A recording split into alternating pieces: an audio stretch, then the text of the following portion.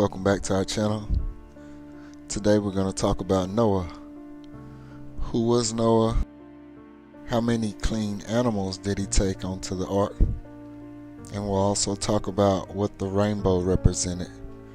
I'm going to start by reading to you from Genesis chapter 6 verses 9. These are the generations of Noah. Noah was a just man and perfect in his generations, and Noah walked with God. Now, here it states that Noah was perfect. When you do your research, you'll also find that Noah was a descendant of Enoch. Enoch was a very powerful messenger, and Enoch himself walked with God. Enoch never died. In the book of Enoch, book 3, the book of Noah, chapter 1 verses 2 describes a description of how Noah looked and the things he did when he was first conceived. Chapter 1 verses 2 says that, and his body was white as snow and red as the blooming of a rose, and the hair of his head and his long locks were white as wool, and his eyes beautiful. And when he opened up his eyes, he lighted up the whole house like the sun, and the whole house was very bright. Verse 3 says, and thereupon he rose in the hand of the midwife, opened his mouth, and conversed with the Lord of righteousness. And his father Lamech was afraid of him, and fled, and came to his father Methuselah. Verse 5, and he said unto him, I have begotten a strange son, diverse and unlike man, and resembling the sons of the God of heaven. And his nature is different, and he is not like us. And his eyes are as the rays of the sun, and his countenance is glorious. Verse 6, and it seems to me that he is not sprung from me, but from the angels. And I fear that in his days of wonder may be brought wrought on earth. Now here we can see a very detailed description of the birth of Noah, whose father was Lamech, his grandfather was Methuselah, and his great-grandfather was Enoch. God was going to end the earth, and he asked Noah to build an ark. Now, one of the questions we asked in the beginning was how many of the animals were clean on the ark and how many were unclean. To find this, we'll look at chapter 7, Genesis chapter 7. We'll start at verse 1. And the Lord said unto Noah, come thou and all thy house into the ark. For thee I seen righteous before me in this generation. Of every clean beast thou shalt take to thee by sevens, the male and his female. And of every beast that are not clean by two, the male and his female. Of fowls also of the air by sevens, the male and female, to keep the seed alive upon all the face of the earth. God then goes on to tell Noah that he's going to make it rain for 40 days and 40 nights. In verse 7, it says, and Noah went in, and his sons, and his wife, and his sons' wives with him, into the ark, because of the waters of the flood, of clean beasts and of beasts that are not clean, and of fowls and of everything that creepeth upon the earth. There went in 2 and 2 unto Noah into the ark, the male and the female, as God has commanded Noah. Now, Noah was specifically told to take the clean beasts by the sevens and the unclean beasts by the twos. Here it shows that Noah took in the animals by the twos, 2 of each kind of animal. He didn't take them by the sevens, which means he filled the boat with unclean animals. Verses 14 and 15 also confirms the fact that they went in 2 and 2. Verses 14 says, They and every beast after his kind, and all the cattle after their kind, and every creeping thing that creepeth upon the earth after his kind, and every fowl after his kind, every bird of every sort. Verse 15, and they went in unto Noah into the ark, 2 and 2 of all flesh, wherein is the breath of life. So, either Noah disobeyed God's commandments, or he filled the ark up with unclean beasts, because God said, take the clean animals by the sevens and take the unclean by the twos. Now, what I want to bring to your attention is he didn't load any plant life onto the ark. Neither was he told to. Most of these animals are not carnivorous. So to not bring any plant life, they were on the ark for 5 months. You'll find this in verse 24 of chapter 7. Genesis chapter 7 verse 24. It says, And the waters prevailed upon the earth 150 days, which is roughly 5 months.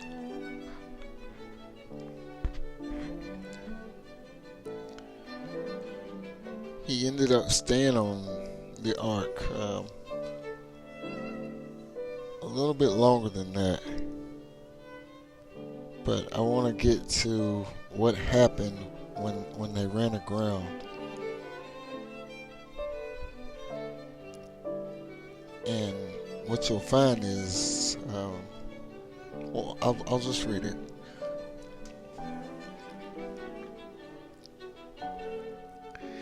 In Genesis chapter 8, verses 15,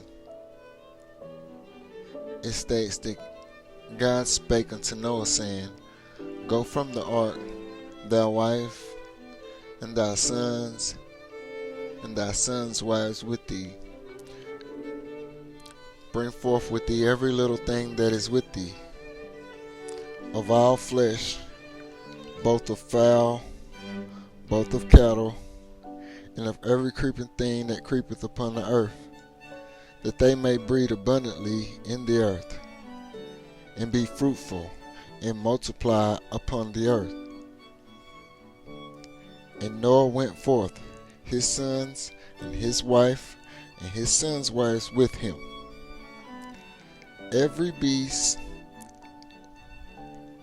every creeping thing, every fowl, and whatsoever creepeth upon the earth, after their kinds, went forth out of the ark. Now, let's take a look at what happened when they left from the ark.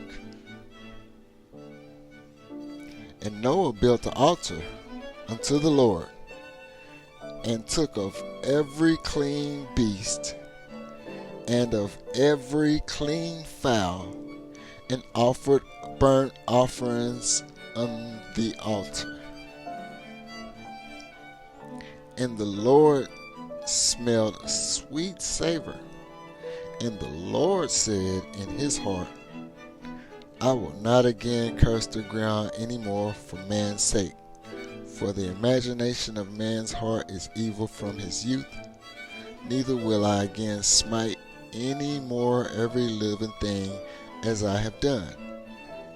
While the earth remaineth, seed time and harvest, and cold and heat, and summer and winter, and day and night shall not cease. Now I want to ask you a question. If he only took in 2 cows, if he only took in 2 elephants, if he only took in 2 birds of each kind, when he got off of the ark and brought all the animals off the ark with him, he made a burnt offering with the only animals of that species that was left. And it goes on to say, and the Lord smelled the sweet savor, and they ate it. It's like they had a cookout. They've just been stuck on the ark for 5 months and decided, now that we have dry land, and then they ate the only animals that were saved. It's right there in the Bible. I'm not making this up. Now, it doesn't say that he took the moving thing, which is the insects, the crickets, the locusts, the grub worms, the things that has more protein and more nutrients in it than the chickens and whatnot that people are eating nowadays, thinking that's the only way to get protein. It's not true. God himself is the one who says that you're not supposed to eat those. In Genesis chapter 9, verses 3, God tells Noah and his sons that every moving thing that liveth shall be meat for you. Even as the green herb I have given you all things. But the flesh with the life thereof, which is the blood thereof, ye shall not eat. And surely your blood of your lives I will require. At the hand of every beast I will require it, and at the hand of every man, at the hand of every man's brother, will I require the life of man. Verse 6, whoso sheddeth man's blood, by man shall his blood be shed. For in the image of God made he man. Now, what he said was to not eat the flesh and the blood. If you notice the people that eat flesh and blood, they all have a family recipe that they like to share. Everybody in that family that enjoys and takes part in that favorite family recipe or recipes, they all have the same medical problems. The doctors will tell you that it's genetic. That's just something to tell you that's like a pacifier. There's no proof that that's genetic. What is proven is that once you stop eating certain meats, once you change your diet into a plant-based diet, all of those symptoms that they say is genetic goes away. There's no more high blood pressure, low blood pressure, strokes, diabetes, and on and on and on. Simply because you changed your diet. You didn't have to do any extra exercising. You didn't have to take any medicine. All you did was change your diet into a plant-based diet, and all of those symptoms will go away. That's a fact. Don't buy into the it's genetic lie, because that's what it is. It's a lie. Now, speaking of lies, we'll talk about the rainbow. In Genesis chapter 9, it talks about how the Lord made a bow, and that was his promise to never, harm mankind, to not kill again. Chapter 9, verse 16 says, "And the bow shall be in the cloud, and I will look upon it, that I may remember the everlasting covenant between God and every living creature of all flesh that is upon the earth. And God said unto Noah, This is the token of the covenant which I have established between me and all flesh that is upon the face of the earth." Now, the promise was he's promising not to kill anymore, because man's heart is evil already from its youth. Apparently the animals were evil too, because he destroyed them all for being evil.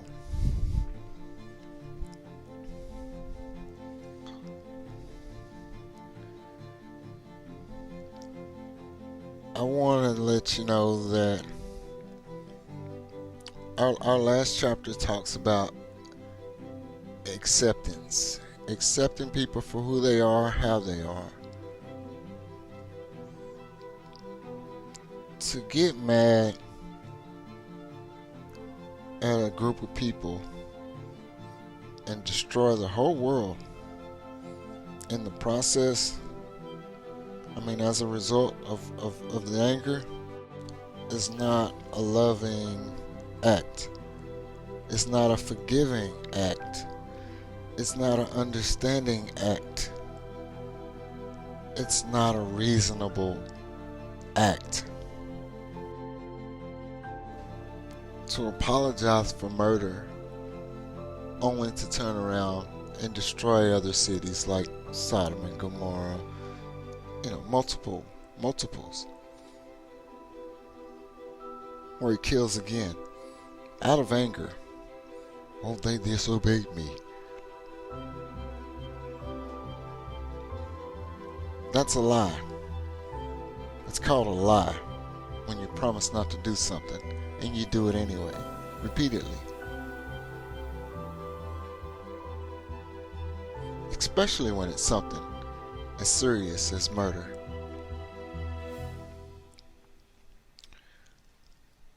I want to point out that a lot of the lessons here, the anger and the rage, the bloodshed, it all talks about it here. Those that eat animals, those animals are slaughtered. Those animals are killed, brought up in harsh conditions and killed. Their blood is shed before you're allowed to eat them. In return, those that eat them get all sorts of diseases and health issues. That's your blood being shed for the blood that's being shed for the animals. See how that works? And the flesh thereof, which is the blood thereof, shall ye not eat. I hope you learned a lot from this lesson today. I hope that everyone can learn to again accept those for who they are and how they are. I hope that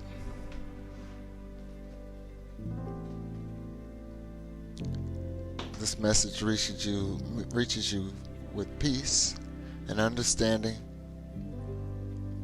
I hope that you can bring up the willpower, you can find it in yourself to change your diets. Once you change your diet, your mind begins to change, your body begins to change, your thought process begins to change, your energy begins to change. You know, eating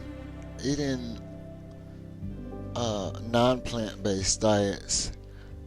If you eat a large plate or you go to a buffet, you get real tired, you get real sleepy. That's a sign. Here's why. Those of us that are vegan, we know that once we eat a large plate, we get energized. You don't get tired.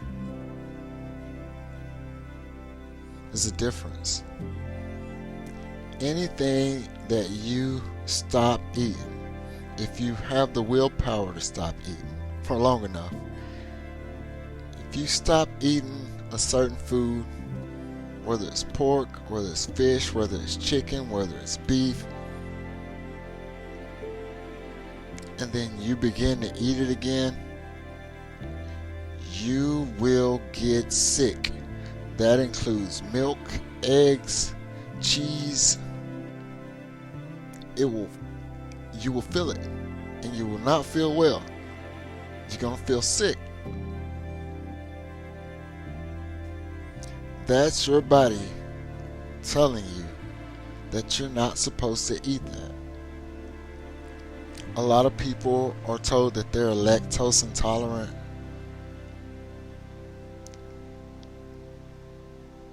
And that you have to take medication or you have to do something in order to drink the cow's milk. You're not supposed, there's nothing wrong with you, first of all. You're not supposed to drink cow's milk. Cow's milk is 300 times more potent. The materials, the chemicals that makes the cow's bone strong, because a cow weighs a lot more than we do and they grow a lot faster than we do. Their bones need that extra strengthening. When we do that to ourselves, it has a terrible effect on us. You're not supposed to drink it. That's why when you stop drinking it and you go 2-3 weeks, maybe even a month without it, and then you drink more of it or you eat that cheese, you are going to get sick. Now, you're not going to do that if you eat a salad. You're not going to do that if you eat cooked vegetables. You're not going to do that if you go out and eat apples, oranges, banana, peach, pears. I mean, unless you have an allergy to any of those things. But there's very few people that have allergies to fruits and vegetables. The lesson for today is to change your diet. You change your thinking. You add more years to your life. You change your diet. You change your health without the need of medication. Thank you all for watching. We'll see you next time. Until then, take care.